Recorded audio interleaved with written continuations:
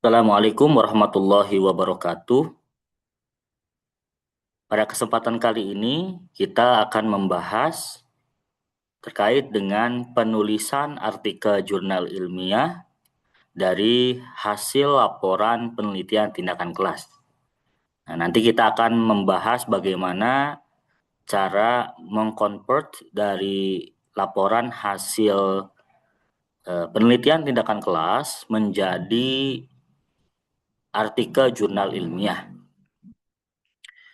Pada umumnya, artikel jurnal ilmiah itu isinya sama, dari mulai judul, kemudian penulis, nanti ada abstrak, kemudian ada pendahuluan, selanjutnya nanti ada metode penelitian, kemudian ada hasil dan pembahasan atau diskusi, yang selanjutnya ada kesimpulan, dan bagian akhir ada daftar pustaka atau referensi.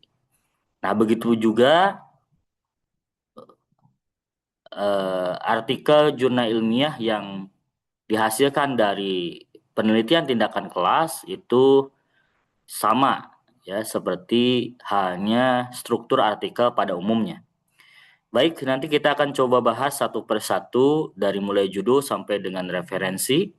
Untuk kesempatan hari ini kita akan bahas sampai dengan metode, ya, dari judul sampai dengan metode penelitian. Nah, pada judul penelitian itu biasanya penelitian tindakan kelas judulnya panjang-panjang. Karena biasanya di penelitian tindakan kelas mencantumkan nama sekolahnya, kelasnya gitu, sehingga judulnya panjang.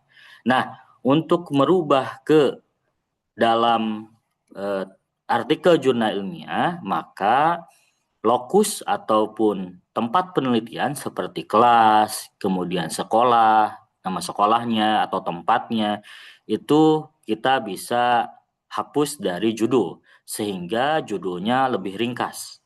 Nah, contohnya dalam template ini, judulnya adalah penerapan model pembelajaran kooperatif tipe Think Pair Share atau TPS untuk meningkatkan hasil belajar bahasa Arab siswa.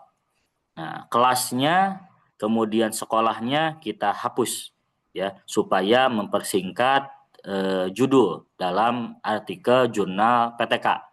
Sebab di dalam artikel jurnal ilmiah, judul itu harus singkat, padat, dan juga menarik, ya. Jangan sampai judulnya panjang. Nah, gitu ya. Pada selanjutnya di sini biasanya judul itu di antara 14 sampai 16 kata, ya. Biasanya 14 sampai 16 kata sehingga nanti tidak membuat tafsiran lain dari judul tersebut. Nah, jadi judul harus ringkas, ya, harus ringkas, padat, dan juga jelas, ya. Nah, bagian selanjutnya di dalam struktur artikel jurnal ilmiah ini harus ada autor atau penulis, ya. Ada penulisnya, mungkin nanti karena ini hasil PTK bisa jadi berkelompok sehingga penulisnya lebih dari satu. Ada penulis satu, penulis dua, penulis tiga, penulis empat, dan penulis lima. Dalam penulisan autor itu hindari gelar, ya, gelar. Ya, misalkan doktor atau misalkan gelar S2-nya MPD atau SPD. Meskipun kita memiliki gelar, ya, misalkan itu tidak dicantumkan, tapi nama aslinya saja yang dituliskan. Ya, nama aslinya saja yang dituliskan. Misalkan nama saya Ade Arif Ardiansyah. Walaupun saya sudah S3, doktor, ya, tapi tidak mencantumkan gelar di dalam penulisan autor, sehingga nama aslinya saja. Nah, dituliskan di situ nanti penulis satunya siapa, penulis duanya siapa, 3, 4, dan 5, ya. Nah, ini bisa disesuaikan dengan kesepakatan autor. Apakah misalkan yang penulis satunya siapa, yang keduanya siapa, dan ketiga dan seterusnya siapa. Atau juga bisa ditulis berdasarkan misalkan alfabetis, ya, karena semuanya berkontribusi dalam penelitian ini, maka bisa diurutkan berdasarkan alfabetis. Nah, selanjutnya ada yang disebut dengan afiliasi. Nah, afiliasi ini kalau di kampus ya karena kita hari ini di kampus gitu ya, bisa sebagai mahasiswa atau sebagai dosen atau sebagai sivitas akademika sebuah kampus, maka dituliskan nama kampusnya. Ya, misalkan di sini UIN Sunan Gunung Jati Bandung, Indonesia. Nah, gitu ya. Atau misalkan afiliasi itu tempat bekerja ya, tempat bekerja atau juga sponsor yang mensponsori penelitian kita. Nah, bisa misalkan afiliasinya karena kita dibiayai oleh BRIN misalkan, maka afiliasinya BRIN gitu ya. Badan Riset apa namanya nasional gitu. Nah, selanjutnya juga disebutkan biasanya kalau di artikel jurnal ilmiah itu, kalau penulisnya sama, nanti diberikan nomor 1, 2, 3, 4, 5. Kalau kelima-limanya misalkan adalah penulis dari satu afiliasi. Tapi kalau dari berbagai macam afiliasi, misalkan dari Universitas Indonesia, Pendidikan Indonesia, atau dari Universitas Indonesia dan yang lainnya, maka dituliskan berdasarkan dari mana autor tersebut berasal atau afiliasinya dari mana, gitu ya. Jadi bisa berbagai afiliasi. Kalau misalkan kelima peneliti ini atau penulis ini ternyata berbeda afiliasinya, maka tulislah kelima-lima afiliasi tersebut, gitu ya. Nah, selanjutnya di dalam struktur ini ada yang disebut dengan corresponding email.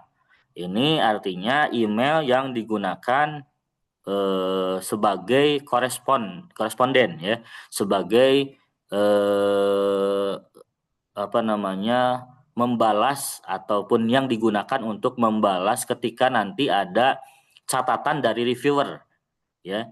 Jadi email siapa yang akan digunakan? Ya biasanya corresponding email itu penulis satu ya, pada umumnya sih penulis satu. Tapi ada juga yang bukan penulis satu. Yang penting nanti email tersebut digunakan untuk membalas pesan atau membalas komentar dari reviewer gitu ya. Itu. Yang biasa dituliskan itu satu, tapi ada juga jurnal yang menyarankan semua penulis emailnya dituliskan, gitu ya, dituliskan di dalam naskahnya, gitu ya, dalam artikelnya, gitu. Nah ini digunakan juga corresponding email ini sebagai yang mendaftar ya, mendaftar di Open Journal Systemnya atau di OJS-nya di webnya. Nah ini juga menggunakan corresponding email. Jadi gunakan email yang aktif, yang bisa digunakan untuk berkomunikasi baik dengan editor atau dengan nanti reviewer ketika ada catatan, kekurangan atau apa yang harus diperbaiki dan direvisi dalam artikel tersebut. Baik, nah itu adalah metadata ya, metadata dari artikel yang perlu ditulis secara lengkap dari mulai judul, kemudian autor atau penulis, kemudian afiliasi dan email ya itu sangat penting. Nah, gitu ya. Selanjutnya ada di bagian selanjutnya adalah abstrak. Nah, abstrak ini meskipun posisinya di atas setelah judul, setelah penulis, afiliasi dan email, tapi nanti ketika penulisannya abstrak ini ditulis di akhir, bagian akhir ya. Setelah semua dari mulai pendahuluan sampai dengan referensi itu beres baru ke abstrak gitu. Karena abstrak ini adalah inti ya dari penelitian kita, hasil penelitian itu apa. Nah, abstrak ini ya bermacam-macam di dalam jurnal-jurnal itu berbeda-beda. Ada yang abstraknya ya berbahasa Inggris saja. Ada abstrak yang dua bahasa, misalkan Indonesia Inggris, atau abstraknya menyesuaikan dengan bahasa artikel. Misalkan kalau bahasa artikelnya bahasa Arab, maka abstraknya juga bahasa Arab gitu ya. Jadi berbagai macam, disesuaikan dengan gaya selingkung dari jurnal tersebut. Nah, abstrak itu terdiri dari apa saja? Ya, maka kita akan coba lihat di sini contohnya. Nah, di abstrak biasanya berisi ya antara ada yang menuliskan 150 sampai 250, ada yang menuliskan 200 sampai 250 kata. Itu tergantung pada lagi-lagi gaya selingkung dari jurnal tersebut. Nah, kalau di sini 200 sampai 250 kata, ya gitu ya. Jadi 200 sampai 250 kata. Contohnya di sini, Nah, abstrak ini isinya apa saja sih? Ya, gitu ya. Isinya abstrak ini yang pertama ada latar belakang. Jadi latar belakang penelitian ini secara ringkas bagaimana latar belakangnya. Kemudian yang kedua adalah tujuan penelitian. Jadi di abstrak itu juga dituliskan apa tujuan penelitian kita atau penelitian yang di apa namanya penelitian dalam artikel jurnal ilmiah ini. Nah, kemudian selanjutnya ada metode penelitian. Nah, metode penelitian yang digunakannya metode penelitian apa? Gitu ya. Karena ini adalah penelitian tindakan kelas, maka nanti metode penelitiannya jelas metode penelitian tindakan kelas, gitu ya. Kemudian selanjutnya hasil penelitiannya. Nah, setelah metode penelitian, maka penulis atau peneliti mencantumkan hasil penelitian. Intinya sebetulnya hasil penelitiannya apa? Gitu ya, hasil penelitiannya apa? Kemudian yang bagian akhir di kalimat terakhir itu ada rekomendasi dari penelitian ini atau kontribusi penelitian ini terhadap keilmuan atau ada juga yang menuliskan novelty atau kebaruannya apa. Ya. Jadi beragam ya, ada rekomendasi, novelty atau yang tadi yang terakhir ada rekomendasinya, gitu ya. Nah, kita lihat di sini latar belakang. Nah, latar belakang di sini cukup sederhana dan ringkas ya. Penelitian ini dilatar belakangi oleh rendahnya hasil belajar siswa kelas 7A MTS Sukamaju dalam mata pelajaran bahasa Arab. Ya, ini contohnya saja. Khususnya pada materi sistem peredaran darah manusia. Ya, jadi ada materi tentang sistem peredaran darah manusia. Hal ini disebabkan oleh rendahnya partisipasi siswa dalam proses pembelajaran serta kurangnya variasi metode yang digunakan guru. Nah, ini adalah latar belakangnya. Kenapa? Sehingga kita melakukan penelitian ini. Selanjutnya, yang kedua, poin kedua adalah tujuan penelitian. Disebutkan, tujuan dari penelitian ini adalah untuk meningkatkan hasil belajar siswa melalui penerapan model pembelajaran kooperatif tipe Think Pair Share atau TPS. Jadi satu kalimat ya, dalam satu kalimat. Nah, itu tujuan penelitiannya. Ditulis secara ringkas. Yang selanjutnya adalah metode penelitian. Metode penelitiannya adalah di sini metode penelitian tindakan kelas ya. Jenis penelitiannya penelitian tindakan kelas dilakukan dalam 2 siklus ya. Karena di dalam PTK itu ada istilah siklus, ada siklus dalam satu siklus itu dalam model Chemis and Taggart itu ada 4 tahap dari mulai perencanaan, pelaksanaan atau treatment, kemudian juga observasi dan refleksi gitu ya. Yang disebutkan di sini. Perencanaan, pelaksanaan, observasi, dan refleksi. Subjek penelitiannya. Nah, dalam istilah PTK itu disebut dengan subjek penelitian. Subjek penelitiannya dalam satu kelas itu berapa orang? Di sini 30 orang, disebutkan berapa orang laki-laki dan perempuannya juga bisa gitu ya. Kemudian teknik pengumpulan datanya meliputi observasi, hasil tes, dokumentasi, dan teknik analisis datanya dilakukan secara deskriptif, kuantitatif, dan kualitatif. Gitu ya. Selanjutnya, bagian selanjutnya di poin selanjutnya ada hasil penelitian. Nah, ini hasil penelitian secara ringkas disebutkan di sini. Gitu ya. Hasil penelitiannya meningkat hasil penelitian dari mulai pratindakan atau praobservasi, kemudian di siklus satunya meningkat, di siklus keduanya meningkat. Jadi berapa gitu ya. Nilai rata-rata daripada pembelajaran bahasa Arab di sekolah ini ya. Selanjutnya bagian terakhir adalah rekomendasi. Dari penelitian ini direkomendasikan untuk digunakan sebagai alternatif strategi pembelajaran yang menyenangkan dan efektif di sekolah di sekolah dasar atau di sekolah tingkat MTS gitu ya, di tempat tingkat MTS. Nah, boleh juga nanti dimasukkan novelty kebaruannya apa atau kontribusi penelitian ini dalam pendidikan atau dalam pembelajaran seperti apa. Nah, kemudian kita juga bisa menggunakan ChatGPT ya, ChatGPT sebagai alat. Jadi ChatGPT itu kita tidak bergantung pada ChatGPT secara keseluruhan. Tapi kita membuat untuk menuliskan abstrak itu bisa dibuatkan oleh ChatGPT dengan menggunakan prompt tentunya ya. Nah, ini contohnya misalkan dalam ChatGPT-nya tolong buatkan abstrak sebanyak 200 sampai 250 kata dalam satu paragraf beserta kata kunci. Kata kuncinya diurutkan berdasarkan alfabetis dengan data sebagai berikut. Nah, artinya ini yang saya beri tanda kuning ini adalah pemikiran kita tetap, ya. Pemikiran kita, latar belakangnya apa, kemudian tujuan penelitiannya apa, metode penelitiannya juga ditulis, kemudian objek penelitiannya, alat pengumpul datanya, ada tes, observasi, wawancara misalkan, waktu pelaksanaannya, hasil penelitiannya, manfaat, kontribusi, dan rekomendasi penelitian. Nah, ini hasil daripada ringkasan daripada abstrak yang kita buat. Kemudian nanti dibuatkan dalam ChatGPT sebagai alat bantu, ya. Sekali lagi, ChatGPT sebagai alat bantu. Tetap kita harus membaca ulang abstrak yang dibuatkan oleh ChatGPT. Artinya ChatGPT hanya sebagai alat bantu, bukan seluruhnya dibuatkan oleh ChatGPT. Tapi dari hasil ringkasan yang kita buat, dari mulai latar belakang sampai dengan rekomendasi itu kita buatkan, ya, clue-nya atau kata kuncinya nanti dibuatkan oleh ChatGPT. Maka nanti hasilnya akan terstruktur dengan baik, ya, dengan prompt yang sudah dibuatkan. Oke, itu ChatGPT. Selanjutnya kata kunci. Nah, kata kunci atau keyword di dalam abstrak itu biasanya terdiri dari 3 sampai dengan 5 atau 7 kata kunci, tergantung dengan gaya selingkung jurnalnya, Nah, biasanya kata kunci itu diurutkan berdasarkan alfabetis, ya, dari mulai A, B, C, D, dan seterusnya. Jadi kata atau huruf apa yang menjadi kata kunci tersebut dijadikan sebagai kata kunci dalam abstrak tersebut. Atau bisa kata kunci itu disusun berdasarkan dari umum ke khusus, gitu ya, dari umum ke khusus.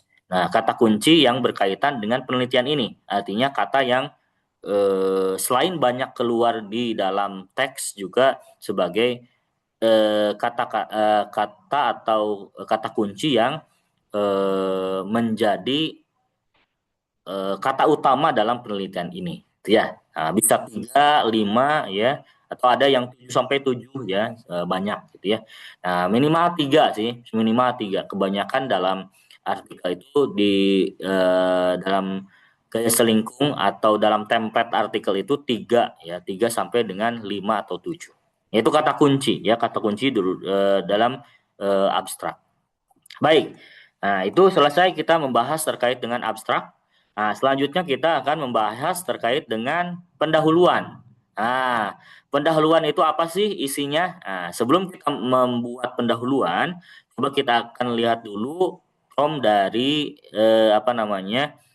atau inti dari pendahuluan itu apa saja, ya.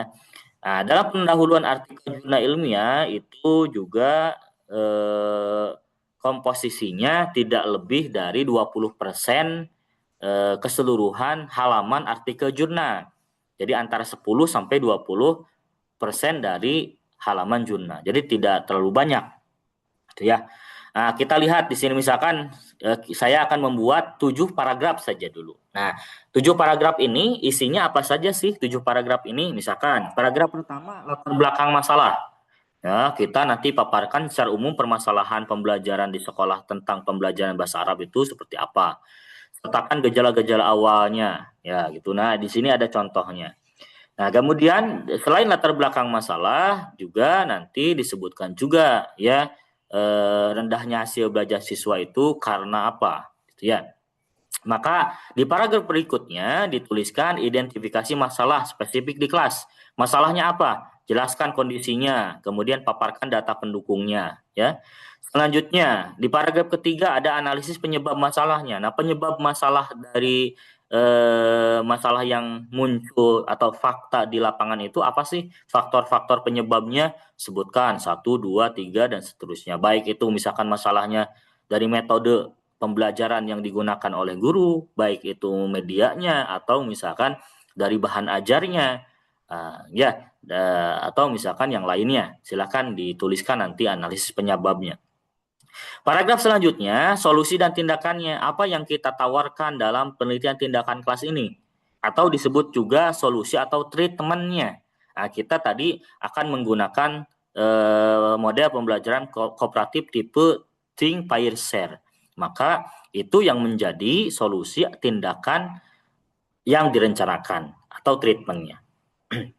Selanjutnya, di paragraf selanjutnya ada tinjauan singkat penelitian terdahulu atau literatur review. Nah, ini ya yang membedakan nanti dengan pendahuluan yang di laporan ya atau di skripsi biasanya. Kalau di artikel jurnal ilmiah itu kita harus melakukan tinjauan pustaka atau tinjauan penelitian terdahulu, literatur review, gitu ya. Artinya kita cari beberapa penelitian yang relevan dengan penelitian kita yang berkaitan dengan pembelajaran bahasa Arab yang menggunakan model kooperatif TPS tadi ya. Nah, kita cari di berbagai jurnal yang sudah publish. Nah, usahakan nanti untuk penelitian terdahulunya atau literatur review-nya itu penelitian-penelitian yang terbaru. Nah, nanti supaya muncul novelty-nya apa sih dari penelitian kita atau kebaruannya apa sih dari penelitian kita. Nah, biasanya di dalam artikel-artikel jurnal itu untuk penelitian terdahulu itu ya kurang lebih 5 penelitian terdahulu yang relevan dengan penelitian kita. Kita cari kira-kira siapa penulisnya, tahun berapa, inti penelitiannya apa. Ya, misalkan gitu ya. Nah, kita nanti lihat contohnya. Selanjutnya paragraf yang ke-6 adalah perbedaan penelitian kita dengan penelitian terdahulu ya atau novelty-nya. Nah, maka nanti setelah kita menuliskan literatur review, maka akan muncul apa sih kebaruan dari penelitian kita atau gap penelitiannya apa yang belum dilakukan oleh penelitian terdahulu gitu ya. Nah, itu disebut dengan nanti novelty atau gap research-nya atau penelitiannya. Nah, selanjutnya bagian terakhir, paragraf terakhir biasanya juga disebutkan tujuan penelitiannya untuk apa, ada juga batasan penelitiannya atau kontribusi penelitiannya sebagai apa, untuk apa gitu ya. Nah, gitu ya, untuk apa. Nah, kita juga bisa menggunakan ChatGPT sebagai alat bantu, lagi-lagi sebagai alat bantu dalam menulis pendahuluan. Nah, kita buatkan dulu prompt-nya, kemudian kita nanti bisa membuat secara spesifik instruksi yang harus dilakukan oleh ChatGPT. Ya, dari mulai paragrafnya ada 7, paragraf 1 latar belakang masalah, identifikasi masalah secara spesifik di kelas. Kemudian analisis penyebab masalah ya penyebab masalah di kelas ya. Kemudian solusi atau tindakan yang direncanakan, tinjauan singkat penelitian terdahulu, review 5 penelitian yang relevan gitu ya. Yang relevan 5 tahun terakhir misalkan gitu ya. Ya. Kemudian perbedaan penelitian Anda dengan penelitian terdahulu, novelty-nya, dan tujuan penelitian atau batasan penelitian serta kontribusi penelitian. Ini ketika kita buatkan seperti ini instruksinya, nanti kita juga harus baca ulang. Misalkan, tolong buatkan bagian pendahuluan untuk artikel jurnal ilmiah dengan judul. Nah, kita kopikan judulnya, judul kita, kemudian pendahuluan terdiri dari 7 paragraf.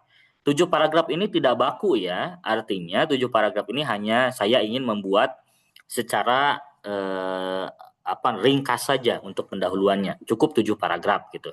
Kalaupun misalkan mau 8 paragraf atau 9 paragraf tidak jadi masalah gitu ya. Setiap paragraf terdiri dari 100 sampai 150 kata. Nah, kita batasi, jangan terlalu panjang. 100 sampai 150 kata juga sebetulnya sangat panjang ya, gitu. Bolehlah misalkan 90 sampai 120 kata dia misalnya. Sertakan kutipan dan referensi. Nah, ini penting. Ya, sertakan kutipan dan referensi dari jurnal real. Nah, karena biasanya di ChatGPT itu ketika kita tidak memberikan prompt yang benar, nanti biasanya ChatGPT memberikan rekomendasi referensi dari jurnal yang fake jurnal atau jurnal yang bohong, yang tidak ada fakta atau realnya gitu ya, memberikan misalkan referensi dari jurnal A ya, kemudian pas dicek ternyata di jurnalnya tidak ada, bahkan nama jurnalnya pun jurnal yang fake gitu ya atau yang bohong gitu. Nah, itu supaya kita nanti tidak 2 kali untuk mengedit, maka diberikan di situ clue-nya, sertakan kutipan dari referensi dari jurnal real dan relevan dengan judul penelitian sebanyak 15 artikel publish pada tahun 2021-2026. Nah, ini sebetulnya 15 artikel itu hanya saya saja ya membuat untuk apa?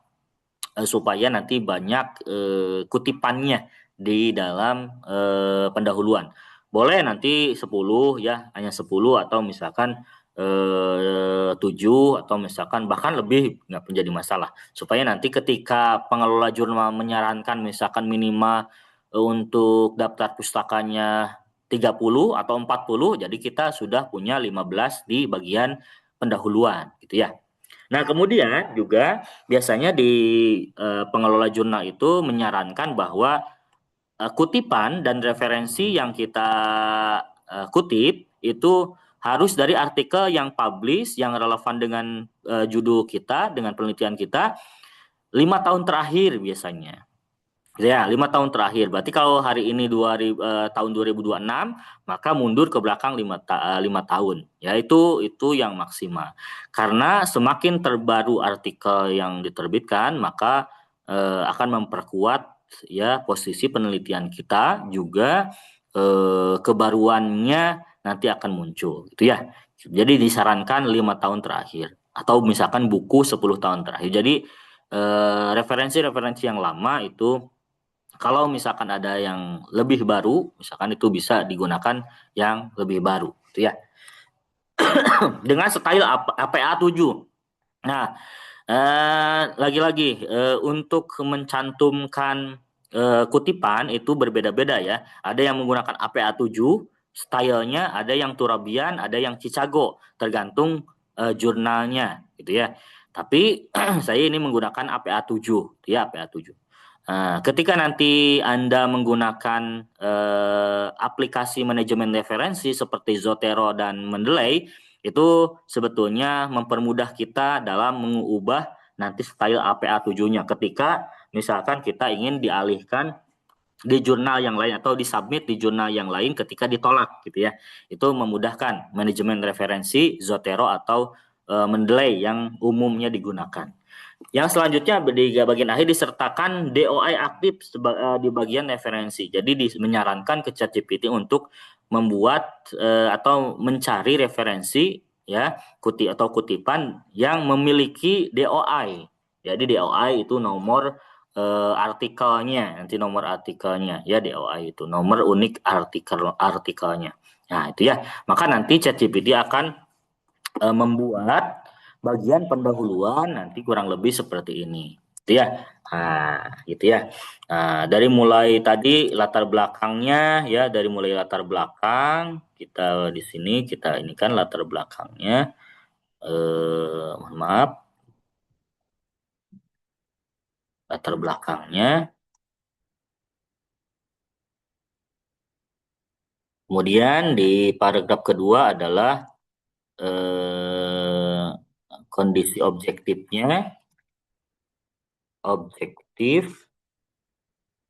di kelas gitu ya. Kemudian di sini penyebab masalahnya,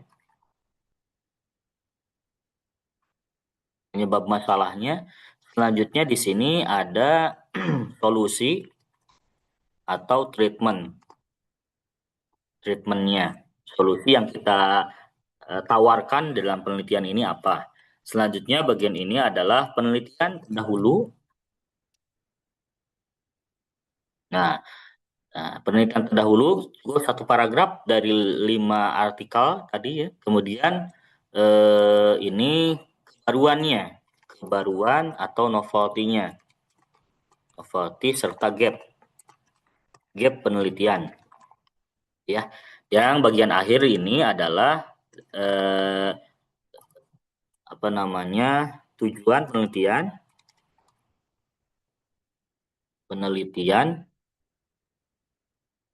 dan batasan penelitian batasan ya, kemudian penelitian dan misalkan kontribusinya, fungsi penelitian. Bisa dimasukkan gitu ya.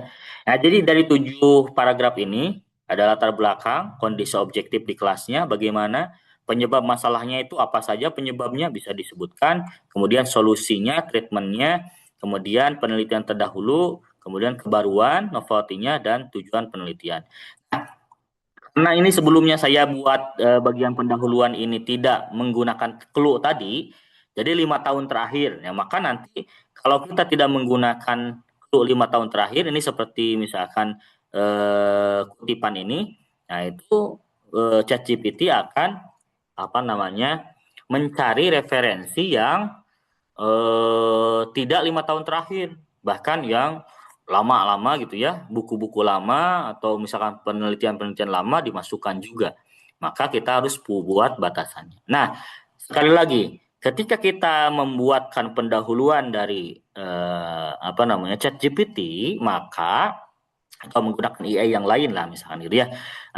Maka kita perlu membaca ulang. Jadi tidak 100% percaya pada ChatGPT atau AI. Kita perlu membaca ulang ya. Barangkali ada yang keliru ya statement dari ChatGPT-nya atau yang perlu kita tambahkan, maka kita perlu menambahkannya gitu ya. Misalkan ini ya ada beberapa kalimat yang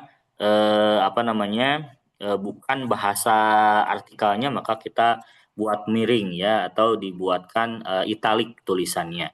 Nah, kita baca ulang kembali. Kita perlu membaca ulang kembali hasil daripada generate di ChatGPT-nya. Dibaca ulang sehingga nanti tidak terdetek oleh AI detektor ya, sehingga kita bahasanya juga bisa kita ubah atau kita proofreading ulang, baca ulang kembali, kemudian kita parafrase dengan baik. Ya, jadi ChatGPT sekali lagi hanya sebagai alat bantu saja. Nah, itu pendahuluan ya, pendahuluan ada 7 paragraf lah kurang lebih begitu ya. Nah, kita lanjutkan pada pembahasan selanjutnya yaitu metode penelitian. Nah, metode penelitian itu apa saja sih yang harus dituliskan dalam metode penelitian? Biasanya metode penelitian itu dalam artikel jurnal ilmiah itu ringkas sekali ya. Cukup 1 halaman saja ya atau bahkan hanya setengah halaman gitu ya. Sangat ringkas sekali, tapi intinya apa yang ada dalam metode itu harus terangkum di dalam bagian metode tersebut. Nah, kita lihat dulu ke bagian bawah.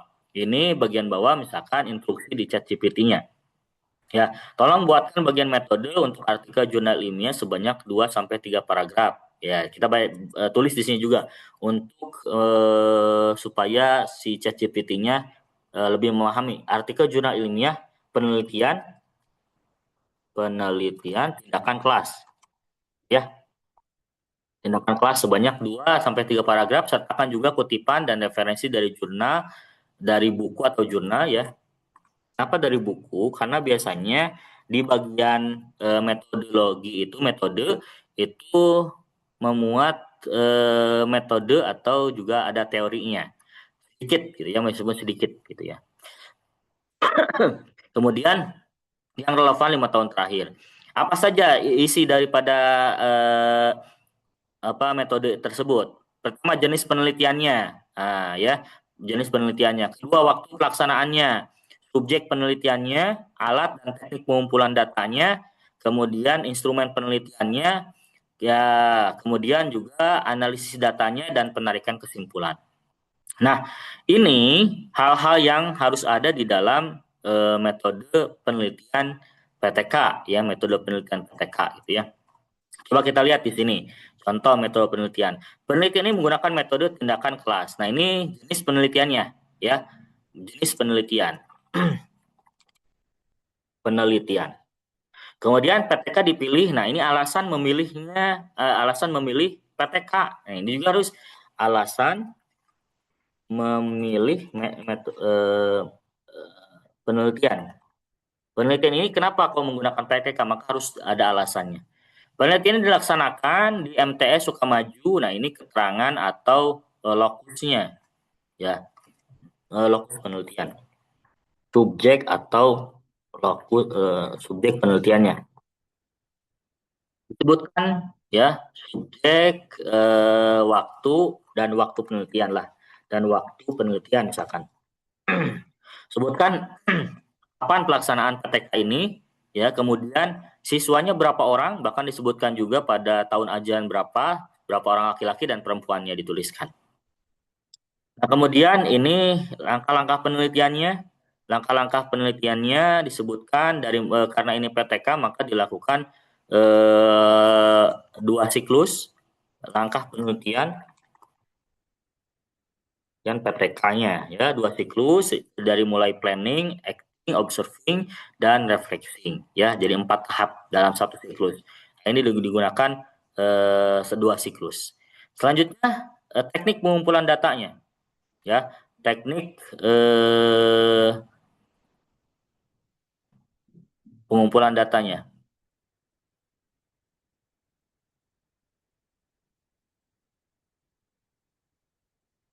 Bentar ya, kita ini kan. Teknik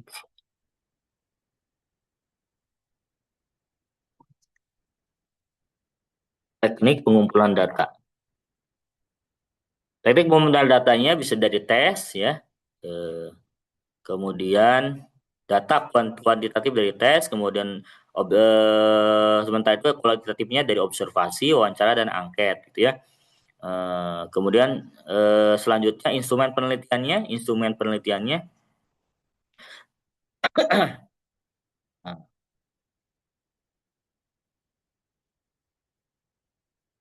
alat pengumpul data, ya, pengumpul datanya. Kemudian, nah, analisis, nah, ini analisis datanya. Apa nama kita itu analisis data, ya, analisis data. Analisis datanya, analisis analisis data. Yang selanjutnya penarikan kesimpulan. Nah, di bagian ini juga perlu ada penarikan kesimpulan. Nah, ini adalah bagian dari metode penelitian. Dari mulai jenis penelitiannya apa, alasan pemilihan penelitiannya, subjek dan waktu penelitian, langkah penelitiannya, teknik pengumpulan datanya, alat pengumpul datanya, analisis datanya, penarikan kesimpulannya. Nah, sengaja saya buatkan 3 paragraf, ya. Kalau misalkan dilihat dalam halaman lain, ini lembar, satu lembar. Ada juga yang apa namanya jurnal itu hanya misalkan satu paragraf. Nah, tapi di dalamnya tercantum berbagai informasi terkait dengan metode yang digunakan.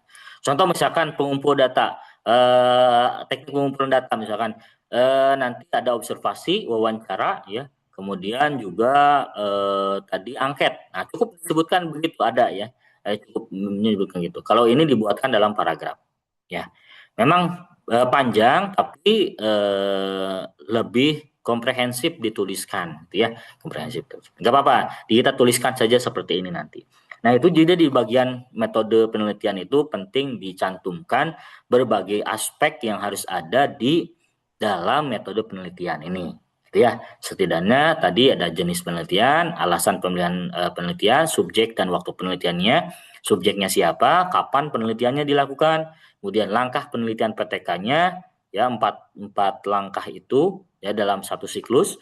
Kemudian teknik pengumpulan datanya bagaimana, alat pengumpul datanya apa saja, dan analisis datanya seperti apa, kemudian penarikan kesimpulan seperti apa, ya. Itu bisa kita meminta tadi bantuan kepada ChatGPT untuk menyusun, sekali lagi, untuk menyusun bagian metode penelitian dengan prompt yang sudah kita buatkan, ya. Jadi tetap apa namanya otaknya ada di kita. Kita membuat clue-clue atau kata kunci untuk membuat bagian metode penelitian. Oke, baik. Mungkin untuk pertemuan hari ini sampai dengan metode saja. Kita tadi sudah membahas terkait dengan judul, kemudian tadi ada autor, penulis, kemudian afiliasi dan corresponding email. Dari abstrak juga tadi sudah kita bahas, ya, isinya dari mulai tujuan, latar belakang, kemudian tujuan, metode penelitian, hasil penelitian, dan rekomendasi. Selanjutnya bagian pendahuluan, itu ada beberapa paragraf, ya, dari mulai latar belakang, kemudian kondisi objektif di kelasnya seperti apa, ceritakan, kemudian penyebab masalahnya itu apa saja yang menjadi penyebabnya, kemudian solusi atau treatment yang ditawarkan dalam penelitian itu apa, gitu. Kemudian penelitian terdahulunya yang relevan dengan penelitian kita, tentunya yang berkaitan dengan model TPS tadi, model kooperatif TPS tadi ya. Kemudian kebaruan dan novelty-nya apa dari penelitian ini dan tujuan penelitiannya, batasan serta kontribusinya seperti apa. Kemudian yang terakhir yang dibahas di hari ini adalah metode. Dari mulai metode penelitian itu isinya apa saja? Pertama ada jenis penelitian, kemudian alasan pemilihan penelitian metode penelitian ini apa, kemudian subjek dan waktu penelitiannya kapan, subjeknya siapa, langkah penelitian PTK-nya disebutkan langkah-langkahnya seperti apa, kemudian teknik pengumpulan data, alat pengumpul data, bagaimana analisis datanya dan penarikan kesimpulan. Nah, selanjutnya nanti kita di pertemuan selanjutnya akan membahas berkaitan dengan bagaimana menyajikan data hasil penelitian dan diskusi atau pembahasannya. Sekaligus nanti bagaimana menuliskan bagian kesimpulan. Bagian kesimpulan serta kita mencoba untuk membahas bagaimana menuliskan bagian daftar pustaka atau referensi ya dalam artikel jurnal ilmiah hasil dari penelitian tindakan kelas. Itu saja mungkin yang bisa saya sampaikan. Mudah-mudahan di kesempatan hari ini sedikit yang saya sampaikan dapat bermanfaat untuk kita semua. Mudah-mudahan nanti kita bertemu di kesempatan lain untuk membahas lanjutan dari pertemuan ini. Terima kasih atas perhatiannya. Wabillahi taufik wal hidayah. Assalamualaikum warahmatullahi wabarakatuh.